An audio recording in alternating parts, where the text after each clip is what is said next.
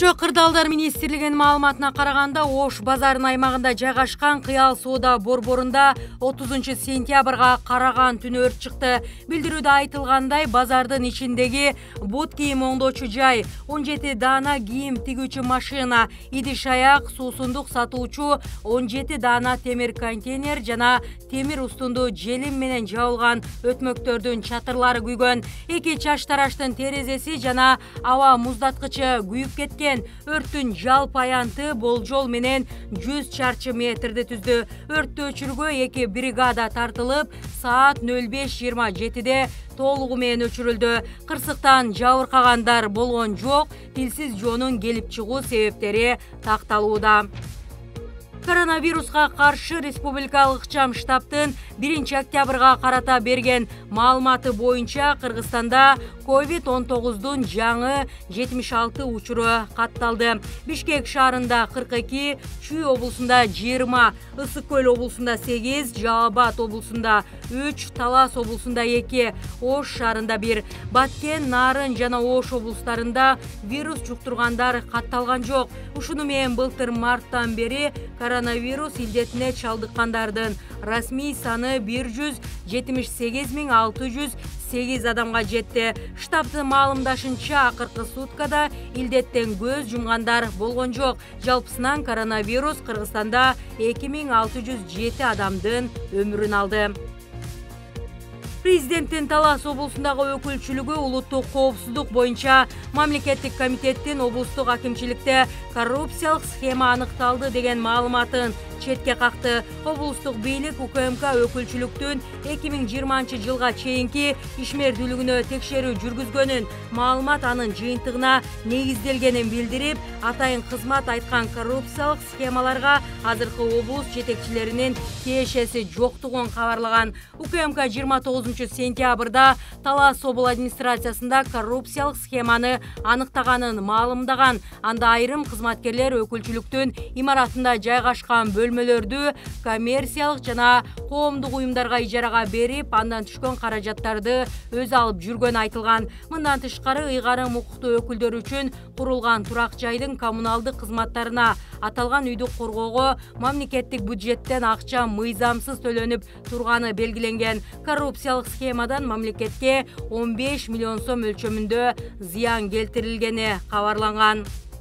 Тышкы иштер министри Руслан Казакбаев 30 сентябрда Австриянын Вена шаарында Европадагы коопсуздук жана кызматташтык уюмунун кезексиз жыйынына катышты. Бул тууралуу Тышкы иштер министрлигинин басма сөз кызматы кабарлады. Казакбаев ЭКУга мүчө мамлекеттердин өкүлдөрүнө Кыргызстандагы демократиялык реформалар, жарандык коомду өнүктүрүү, адам укуктарын, анын ичинде улуттук азчылыктардын жана жалпыга маалымдоо каражаттарынын эркиндигин камсыздоо тууралуу маалымат берди. Министр мындан тышкары 2020 жылдагы октябрь окуяларын себептерине, республикалык бийликтин ички саясий абалды стабилдештирүү жана конституциялык нукка кайтаруу аракеттерине токтолуп, болуп өткөн жана өтө турчу шайлоолор тууралуу кеңири маалымат берди.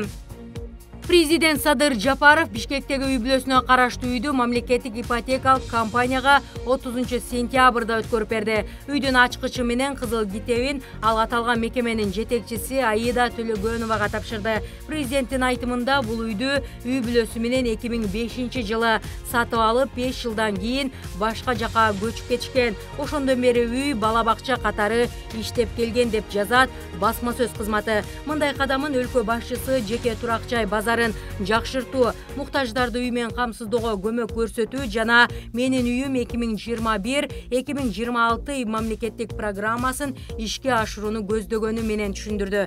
Менин үйүм 2021-2026 мамлекеттик турак жай программасы 2021 жылдын 16 сентябрында ишке кирген. Жаңы турак жай программасына катышкан жарандар жеңилдетилген ипотека 4% менен, мамлекеттик жана бюджеттик чөйрөнүн кызматкерлерине жана жеткиликтүү ипотека 8% менен башка категориядагы бардык жарандар турак жай сатып ала алышат.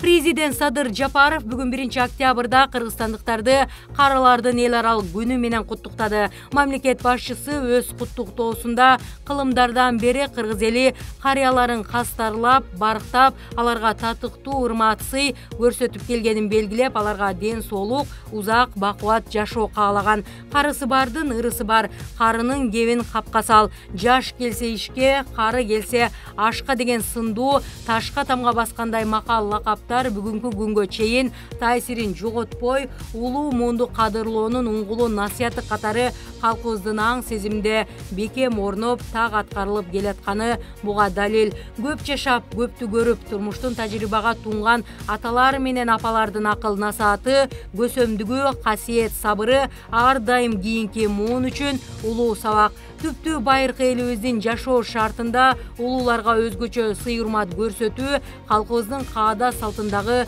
өрнөктүү жөрөлгө, бекем адат деп айтылат куттуктоодо.